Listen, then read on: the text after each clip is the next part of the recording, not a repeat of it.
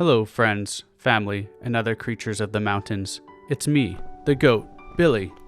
Today begins day 3 of my backpacking adventure at Elk Lakes. Yesterday was a gorgeous evening, and today I am greeted with similar weather. Doesn't look like there'll be any rain in sight, but you never know in the mountains. I'm starting the adventure at Upper Elk Lake today. Much of my day will be hiking beside this beautiful lake. Today's goal is to check out the Unnamed Campground, Unnamed Waterfall, and the Unnamed Glacier. They all used to have a name, named after the same person, but the government of British Columbia rescinded the old name back in 2022. Should be an easy, mostly flat hike until I begin the ascent to the Unnamed Glacier. When I was doing this adventure, I had no clue as to why. I kept seeing his name scratched out and figured it was some vandals, but I couldn't have been more wrong. Join me on another astonishing adventure. Here's a quick overview of where I'll be going today. I'll be starting at the Lower Elk Lake, making my way up to the Upper Elk Lake, hiking through the forest where I should find an unnamed campground and an unnamed waterfall, and then beginning my ascent to the Unnamed Glacier. Then making my way all the way back to the campground. Should be about 15 kilometers total. I have finally made it to the end of Upper Elk Lake. Now begins my journey through the forest. As you can see, the forest here is quite young. It's only about 10 years old in this part. Back in 2013, there was a great flood that devastated this area. It swept out this whole area, and the only thing that remained was rocks and soil. Even after such a catastrophic event, nature heals quickly. With the area opened up a decade ago, all the flora was able to grow up together unhindered by ancient looming trees. Forests tend to grow up denser in these situations since everything grows at the same rate. Not too much further up ahead, I came across a land with no trail. At this point, I got a bit lost. Thank the nature gods for the All Trails app. The path is completely wiped out from the flood, and the forest hasn't regrown much in this part. There'd be pebbles here for days. Thankfully, there were a bunch of cairns to guide me along the way back into the forest where I belong.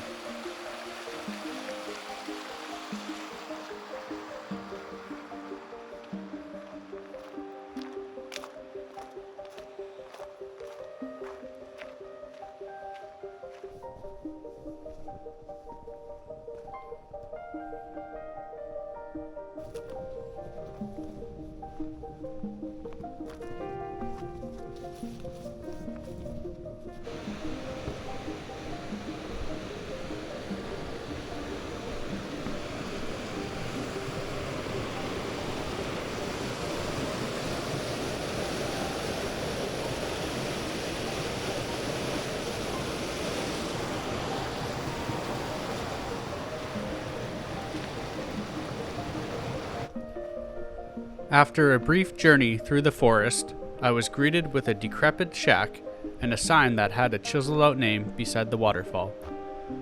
The river was near, so I went to go check it out and perhaps refill on some water.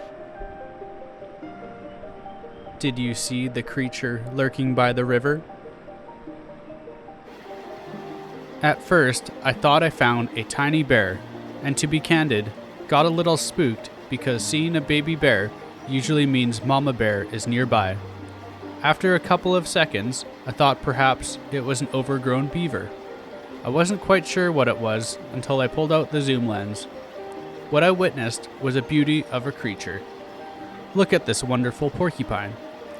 What a rare sight to see one in the middle of the day. Initially, I thought they were nocturnal creatures. I've seen a few before, but never in the daylight. Apparently, New World porcupines aren't strictly nocturnal. I'm guessing it is foraging for food. They like to eat twigs, leaves, and some green plants. Whatever food it found here, it seemed to really enjoy. This area is the old unnamed campground that got wiped out during the Great Flood of 2013. It appears I have found an outhouse.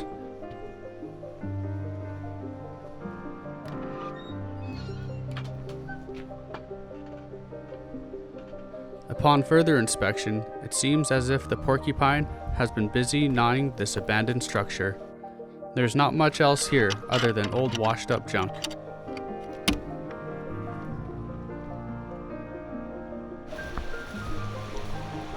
Submerged.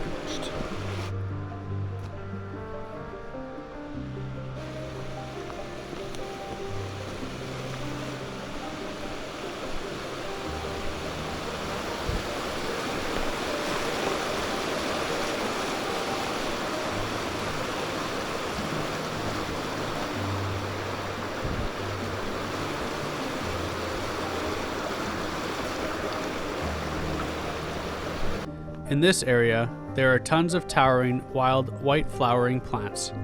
Some of them are almost 3 meters tall. This plant is called cow parsnip. The leaves are quite large, some of which are as large as my head. The flower umbels somewhat resemble cauliflower. According to lore, this plant is toxic. Be careful to not touch this plant. It's got a nasty bite to it. Other common names are devil's celery and poison turnip. The sap is the poisonous part of the plant. If you touch the leaves, you will probably be alright, but you also never know where the sap has been, so do so with caution. If you get sap on you, wash it off right away with soap and water. The sap is activated with ultraviolet light. If you get the sap on you on a sunny day, you will get rashes and blisters similar to poison ivy. Sometimes, this plant is confused with its more toxic brother, giant hogweed. I am almost certain it is not giant hogweed, as that plant has deep purple on the stems and isn't 5 meters tall.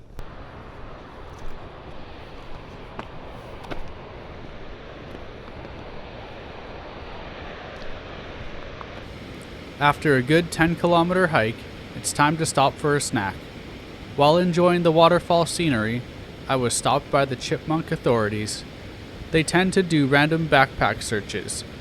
After a thorough check, my day pack was deemed acceptable and I was able to continue on. The chipmunks tend to do ceremonious dances once the duty is complete.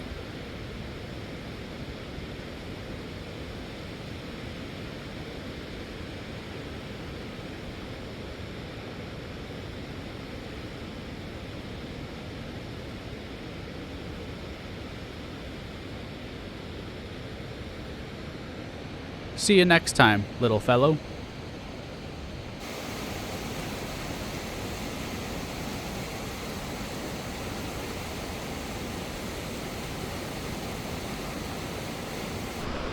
Now that I've passed the chipmunk check stop, it's time to go check out the Unnamed Waterfall.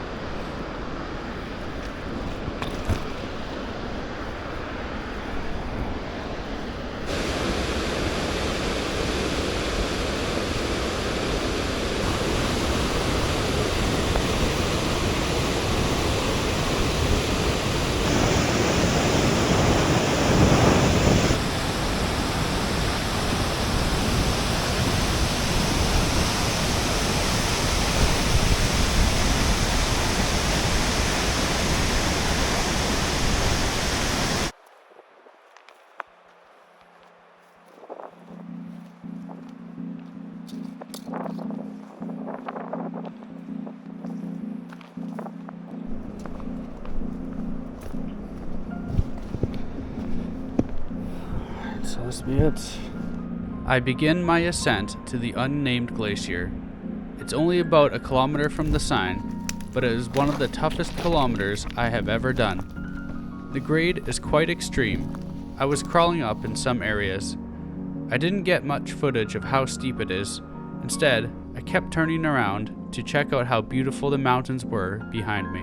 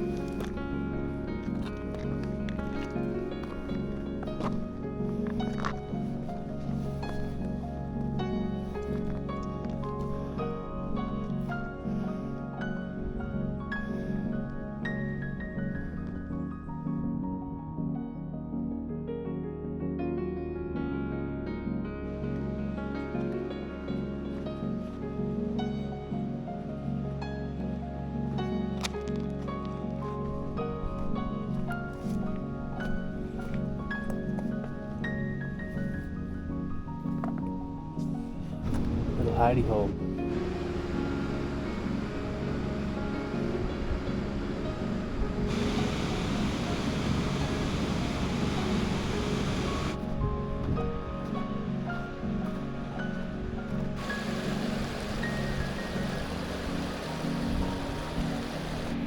Ah, yes, I have found the summoning circle.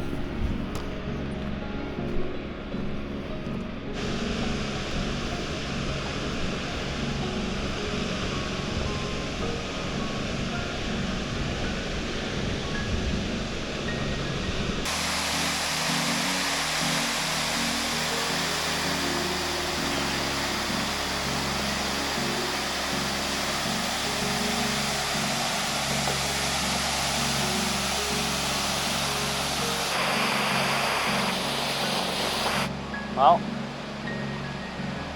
that was truly something, eh? That was cool. Alright. Time to trek on back. Got a decent journey ahead of me still. As beautiful as this journey has been, it has also been tainted by a dark past. This story is the epitome of the saying, you either die a hero or live long enough to become the villain. The person in question is Philippe Pétain. Originally, this mountain, waterfall, and campground was named after him in 1919 during the original survey of this area. It was named after him because he was deemed a war hero in World War I. He was praised for the defense of Verdun in 1916, which made him renowned. 2.5 decades later, things took a turn for the worst. After Germany occupied France in World War II, Pétain became the de facto prime minister of the new puppet state of France. I'm not going to go into detail about what he did. If you're curious, you can go look it up. All I'm going to say is he committed all sorts of atrocities and indeed became a real-life villain. He was convicted of treason after World War II and was sentenced to death. Due to his old age, he got life imprisonment instead.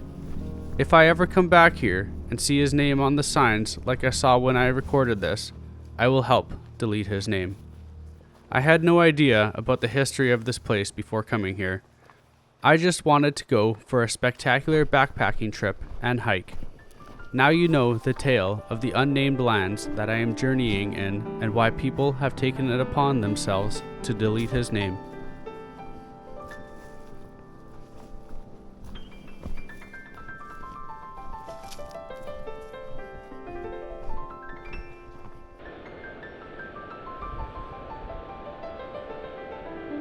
Is that what I think it is?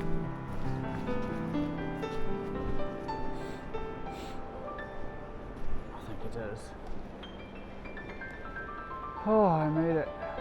Well, it starts to rain as soon as I get to the base. That is actually perfect. Sliding down that would have sucked.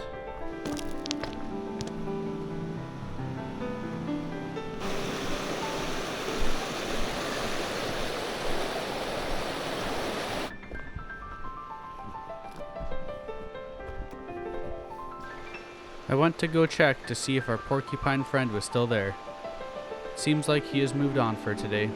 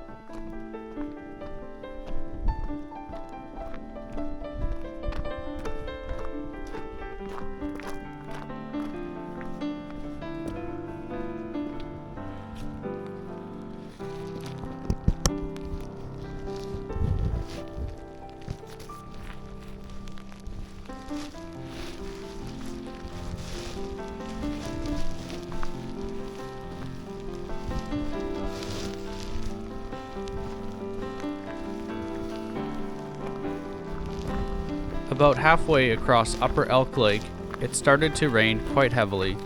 I didn't bring much for rain gear this trip. Sometimes you have to learn a lesson the hard way by yourself and get soaked all weekend. From now on, I am going to pack better rain gear. Extra weight while backpacking isn't ideal.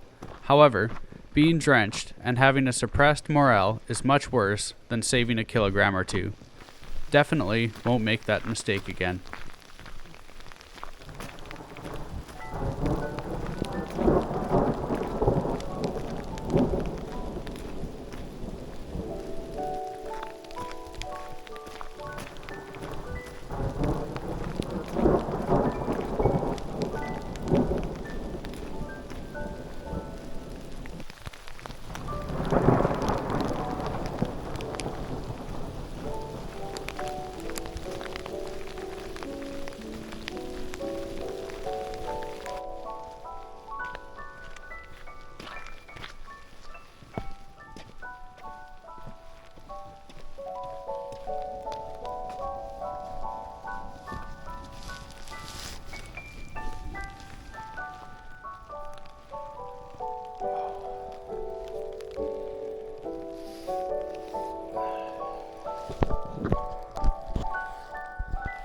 That was an adventure.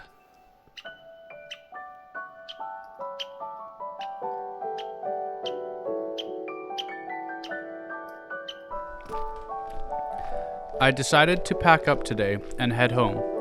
I had a chilly sleep last night and was still damp when I woke up. Today's weather didn't look too promising anyways. The original plan was to stay another day, but I feel like I did most of what I set out to do in those 3 days. At least this way, I will have a couple of days off before I go back to work. I recommend everyone give this one a go. The campsite is easily accessible, and there are a few awesome lengthy day hikes in this spectacular valley. If you're dipping your toes into the backpacking scene, put this one at the top of your list. Thank you for joining me on another astonishing adventure. Join me on my next video where I go explore the Connor Lakes solo. You don't want to miss that perilous adventure.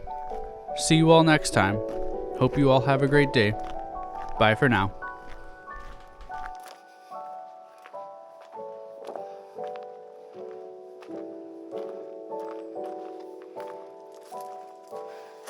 Protect your baz. Well, that was my first 4-day adventure. By myself. That's pretty neat. I guess that's only like 2 full days, but I mean, it takes 5 hours to get here one way.